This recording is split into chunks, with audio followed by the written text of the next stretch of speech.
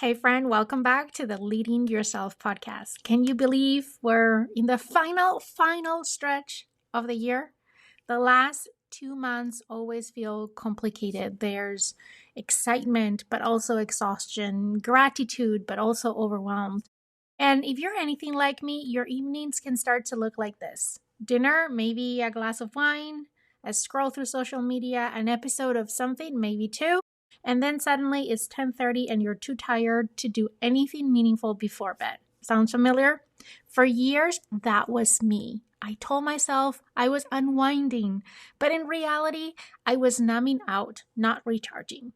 And as I started reflecting on what it means to end the year strong, I realized it's not just about what we do during the day, it's about how we spend our evenings. Because your evenings set the tone for your mornings, and your mornings set the tone for everything else.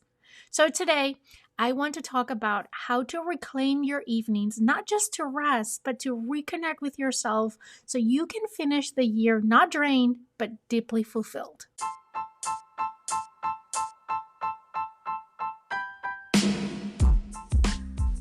Welcome to the Leading Yourself podcast. This is your host, Carolina de Arriba.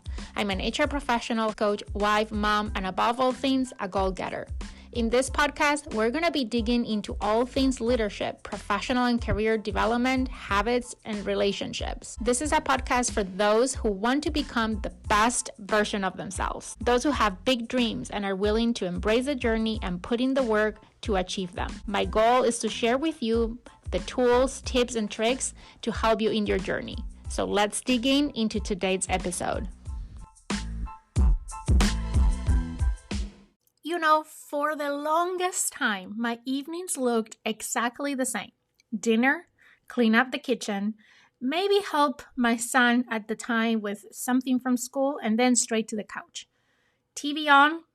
I don't know if we watched Netflix back then, but these days would be Netflix on, phone in hand, mind off. And honestly, it felt earned. I've worked hard all day. I'd given my energy to my family, to my job, to everything and everyone around me. So when the day was finally done, all I wanted was to shut down. I would tell myself I deserve this. I'm just relaxing. But here's what I eventually realized. I wasn't actually resting. I was numbing out. And there's a huge difference between the two. Numbing out is when you disconnect. You shut down emotionally and mentally because you're overwhelmed or maybe drained. You scroll, you watch, you snack, not because it's enjoyable, but because it's easy. Resting up, on the other hand, it's all about replenishing.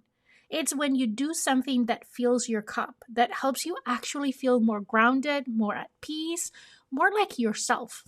But back then, I didn't know the difference. I just knew that every night kind of blurred together, and by the time I went to bed, I didn't feel any better.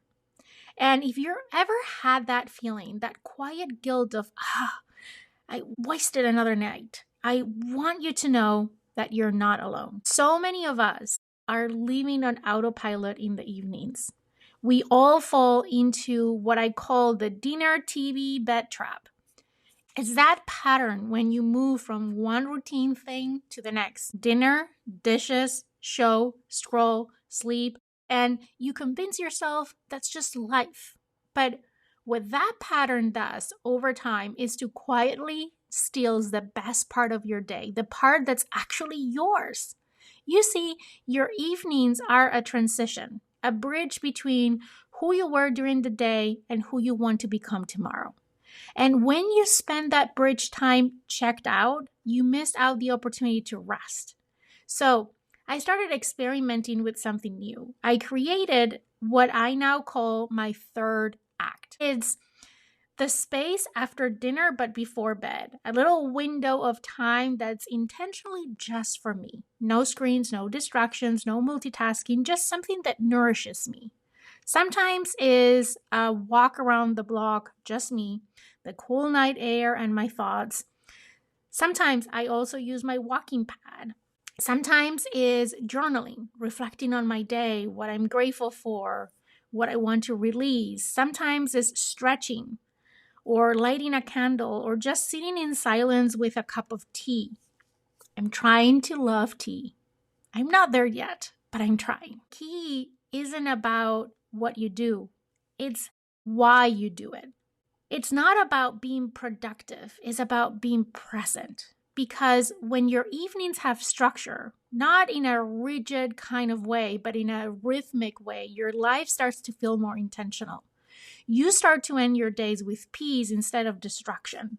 And that, my friend, is where your energy comes from. Because energy doesn't just come from what you eat or how much you sleep, it comes from how you close your days. When you close them with intention, you wake up with clarity. So, if you've been stuck in that dinner, TV, bed cycle, I want you to ask yourself this tonight. What could my third act look like? Maybe it's 10 minutes of reading instead of scrolling. Maybe it's a walk with your partner.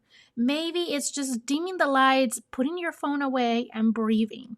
Start small, one intentional evening at a time, and watch how it changes not just your night, but your next morning. You know that feeling when someone asks, "What do you do for yourself?" and your brain just freezes? It's not that you don't want to do something for yourself, it's that between work, family, and the constant to do running in your head, there's never seems to be time left. And if that is you, I want you to really hear this. Your evenings are not your leftover time, they're your time. For years, I didn't see it that way.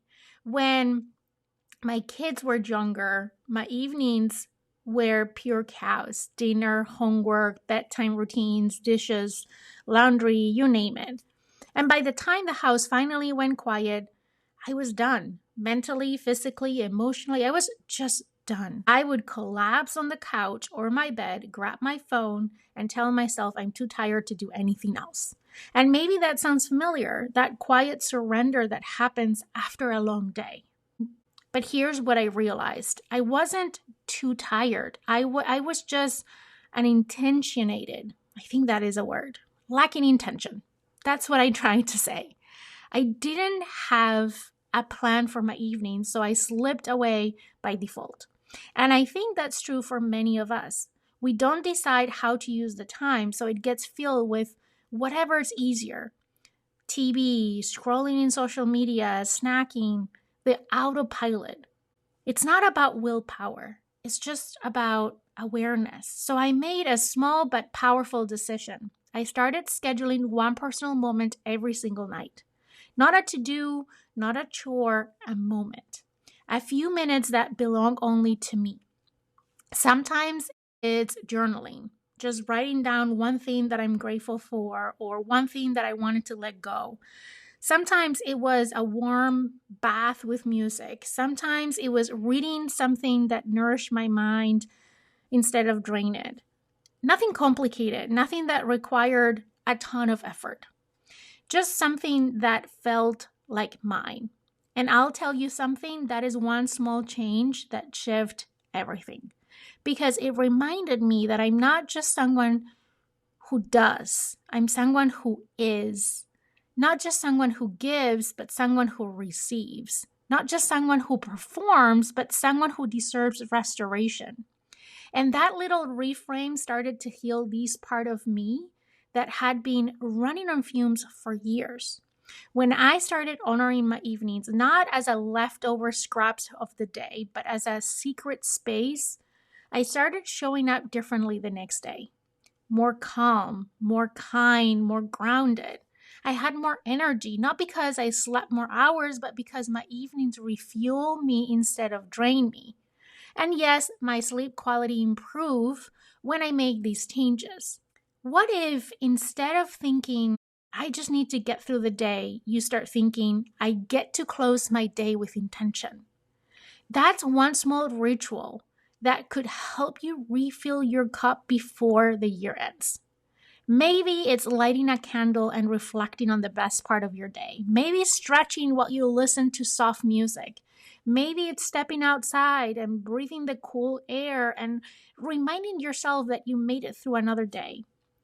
It doesn't have to be long. It doesn't have to be perfect. It just has to be yours, because your evenings aren't the leftovers. They're the landing space, the gentle exhale at the end of the day that brings you back to yourself. So tonight, instead of collapsing into autopilot, try claiming one moment, just one, even if it's just 5 minutes.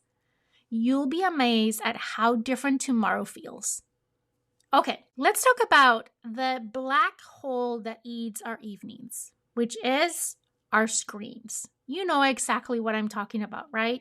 You sit down on the couch after dinner, open Instagram, or maybe you do TikTok for 5 minutes, and suddenly it's what? An hour later? You've somehow gone from watching a cute dog video to deep diving into someone's vacation in Greece or watching a random girl's morning routine in a country you've never been to. And you're sitting there, half laughing, half wondering, how did I ever get here? It's wild how easy it happens. I call this the one-way door because once you walk through it, it's really hard to come back. And here's the thing, it's not your fault. These platforms are literally designed and built that way. They're designed to keep you scrolling and feeding your novelty and your dopamine, your distraction, all the things your tired brain is craving at the end of the day. You're not weak for falling into it, you're human. But here's the thing, while it might feel relaxing in the moment, it's not actually rest. Actually, it's stimulation disguised as rest. And it's robbing you of the one thing your mind and body needs most in the evenings, which is true restoration. I started to notice this pattern in myself a few years ago. And to be fully vulnerable here, it had started to resurface recently, which led me to think about this and made me decide to record this podcast episode. I would tell myself I was just catching up or just relaxing. But I go to bed feeling wired. My brain felt busy even though I hadn't done anything. And I realized this wasn't a time issue. It was a boundary issue. So I created what I call my entry rules. Because in a one-way door is hard to come back from, then the kick is to stop yourself from walking through it in the first place. And my entry rules are simple. No social media after 8 p.m. My phone charges away from me, not next to my bed. Netflix only on weekends or after I've done something for me first. And let me tell you, the difference was instant. The first few nights, I'll be honest, I felt weird. I catch myself reaching for my phone out of pure habit. But over time, I started to crave that quiet instead. I started journaling more, stretching, reading, walking, spending time doing my skincare, just sitting in silence with my thoughts, which used to feel uncomfortable, started to feel like peace. And here's what I realized. These rules aren't about restriction. They're about protection. Protecting my peace, my focus, my sleep, my sanity. Because the truth is, the world is loud enough. Our jobs, our families, the news, the notifications, everything is asking for our attention all day long. So the last thing we need is to hand over our evenings, the most restorative time of the day, to something that drains us even more. So if your evenings have been slipping away lately, here's my challenge to you. This week, try just one rule. Maybe it's no phone after 8. Maybe it's leaving your devices in another room. Maybe it's no TV until after you've done something that truly fills up your cup, like journaling or reading or having a real conversation. Start small. See how it feels. Because once you create even the smallest boundary between you and that one-way door, you'll start to feel something you might not have felt in a while. Space. Mental space, emotional space, space to breathe, to think, to feel, to just be. And that space, that's where rest lives. That's where creativity comes back. That's where your best ideas start to show up again. So tonight, instead of walking through the one-way door, pause for a second, ask yourself, Do I need to be entertained right now or restored? Your answer will tell you what you need most. Now, let me talk about something that completely surprised me: how small bursts of movement change everything for me. For the longest time, I thought I was just too tired to do anything after dinner. You know that feeling? You've worked all day, cooked, cleaned up, maybe helped with homework or emails, and by the time you finally sit down, it feels like your body just sinks into the couch and refuses to move. But here's what I discovered: I wasn't actually tired, I was stagnant. That's the difference. My body didn't need more sitting, it needed a little wake up call. So I started experimenting with what I now call microdose movement. Instead of thinking I need a full workout, I asked, what is just a way I can move a little? 10 squats while, my water heated for a tea, a 2-minute dance party while cleaning the kitchen, a quick stretch before brushing my teeth. And you know what? My body responded instantly. My energy lifted, my mood shifted, my mind felt more clear, because movement isn't just about fitness, it's about flow. Even 5 minutes of light movement, a walk around the block, some gentle yoga, a few push-ups, boosts circulation, increases endorphins, and helps lower stress hormones. It tells your body you're still alive. We're still here. We're still moving forward.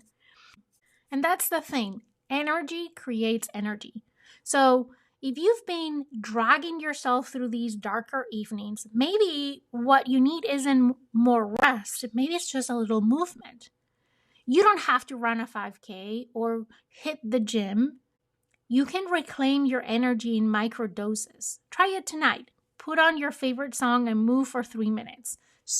Stretch while you're watching TV.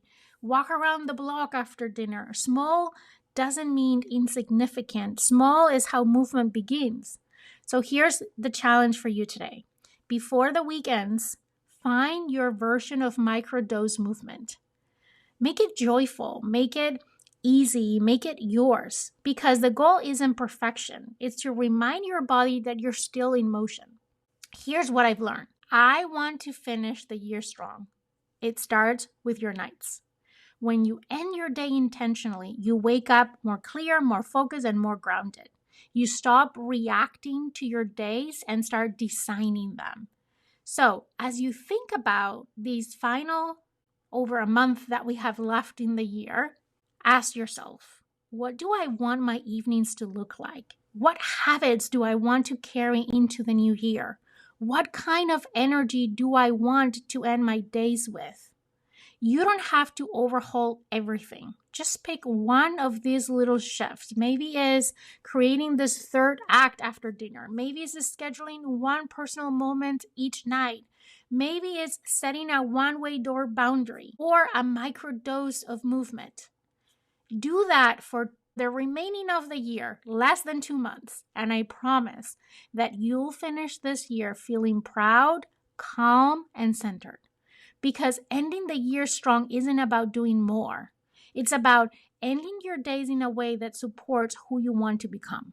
Your evenings aren't just the end of your day. They're the foundation for tomorrow. They're where you restore your energy, you reconnect with yourself, and remember what matters. So, when you honor that time, when you protect it, when you make it intentional, everything changes. You sleep better, you wake up more clear, you show up stronger, not because you're doing more, but because you're ending with intention. So tonight, I want you to try something different. Instead of collapsing into the usual routine, pause for a moment. Ask yourself, what do I need right now? Not what's easy, not what's distracting, but what do I actually need? And give yourself that, even if it's just 5 minutes, because those 5 minutes, they add up. They become the difference between ending the year exhausted and ending it energized, between feeling like you survive and feeling like you thrive. Your evenings are your edge. Use them. If this episode spoke to you, Maybe tonight's the perfect night to start. Skip one episode, set your phone down, light a candle, do your skincare routine, do something that reminds you that you're alive and not just surviving. Because your evenings hold the secret to your energy, to your peace, and to your growth. I would love to hear what ritual you're starting. Send me a DM or tag me on Instagram or LinkedIn, and let's end the year present and powerful together. Thank you for tuning in. Until next time, keep leading yourself with intention. Have an amazing week, and I'll talk to you next Monday here on the Leading Yourself podcast.